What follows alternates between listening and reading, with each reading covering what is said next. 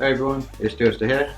We're going to talk about the NSX and how to handle MR cars because, well, we all know how difficult they are to handle, especially the rear tyres and just generally keeping the damn thing in a straight line. So, what are the top tips that people use in order to wrestle these things around a lap? It's not just one lap, it's actually lap after lap after lap. So I'm going to take this Honda NSX GT3 out. It's more or less the same for the Ferrari and the Lambo. We're going to go around a track that's quite provocative for keeping the rear tyres in check, and that is Lago Maggiore. We're just going to do daytime. We're going to be using hard tyres. Now here we go. This is just a lap. I'm just going to drive the car, you know, more or less moderately aggressively, a bit like how I drive an FR car, because they are a lot more stable. So, you know, to get the most out of them, you've really got to throw them into the corner, truck them about a bit, you know, really wring its neck. Otherwise, you're not really going to get that hot lap time. So here we go. Now immediately we're already fighting the rear into turn one, and you start to see you've got these corners, these long high-speed corners, some of them with adverse cambers. We're leaving it in fourth here, dropping it down to second. Pretty good through there. We managed to brake in a relatively straight line. Off the throttle fully here, we just got a bit too much slide. You can just hear it if you listen carefully. It's just sliding around, and that ultimately is coming off the throttle really aggressively, and it just upsets the balance. Through these corners, lots of downforce, so not really much of an issue, but once we get to the slower speed corners, drop down to second, and there we go, starts to step out again. Now this is actually okay for the first couple of laps of a race, but you know, before you know it, your rear tyres are shredding, you just cannot sustain it, and everybody else just pulls away. And that's the crucial thing. It's one thing to be fast over one lap, but to keep it going over the race distance is another thing. Another step out there, you can just see with the wheel, I'm just not feeling confident to really pitch it in and send it, which is what you want to be able to do. You want that confidence. Another corner that is extremely tricky to get right, and yeah, lo and behold, really fighting the rear end there. Again, fresh tyres, you can more or less keep up with everybody, but it's not going to last the distance. And I think this is where people get put off the magic of driving an MR car. Now, I've been using this car over the last 10 races of the exhibition season, which just finished, and I managed to get P1 with Honda, just barely, and P12 in EMEA, which I'm super chuffed with. I really exceeded my own expectations there. I wanted to get top 10, but just out of reach this time. But nonetheless, I have learned a tremendous amount about how to drive an MR car. So that was a 157 194. Now we're going to just change the technique a bit. Like already we're going to go into this corner here in second gear, not first. We're just going to hold the brake a bit longer. Now you'll watch.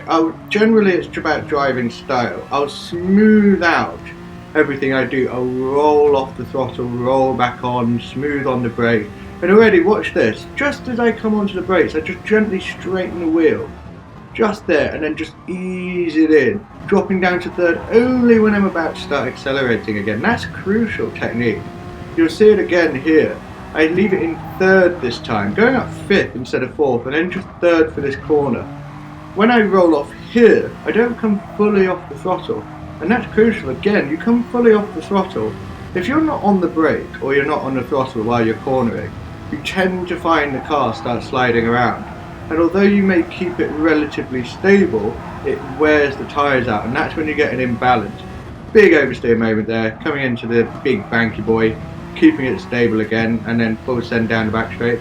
It's crucial to make sure that you're not fully off the throttle or the brake where possible, because that's what really keeps the car balanced. And you'll see this coming into this section here. Instead of dropping down to fourth early, we're just going to guide it in with fifth. Dropping down to fourth only when we need to, not coming fully off the throttle, guiding it in gently, and here we go. Now watch this. Coming into the next corner, you'll see there's very little time between the brake coming off and the throttle coming on. Now that is really important for keeping the rear stable, especially in some of the more difficult corners where the rear end really wants to step out. Now it takes a bit of practice because you need to brake at a different point so as to trail brake all the way up to the apex and then change down to the gear that you need only when you need to accelerate. You don't need to drop down to the accelerating gear straight away like an FR car in order to get the turning. It's the opposite, the front end's so strong.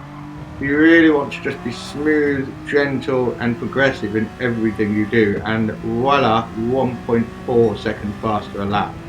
I want you to have a go at that. Just whip out the same track, hard tyres, give it a go. You can use the Ferrari, the Lambo or the Honda. I obviously really like the Honda.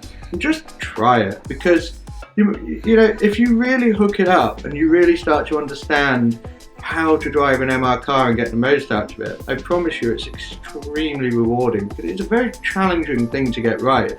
With FR cars, you know, they're great, but it's almost like, you know, any old dunce can just throw one around the track and get a reasonably good lap time. And I don't know about you, but I like to go for things that really challenge the skill set and take you to a new level. And having done this and bitten the bullet and gone through MR for the exhibition season, I have learned enormous amount, and I've definitely upped my game. And that's the beauty of it, because if we just continuously stay in our comfort zone with what we know, you never grow, you never learn, you never realise or experience new things. So you really got to just throw yourself into the deep end sometimes, take one step back in order to take 3 steps forward. But hopefully you can take those 3 steps forward a lot sooner by applying the little tips and tricks that I've come to pick up by driving MR, and that's the timing of the drop down into the gears, minimising the gap between coming off the brakes and the accelerator, and just being ultra smooth on turning. That's all for now. Give it a go. I hope you've learned something, and until next time, see you then.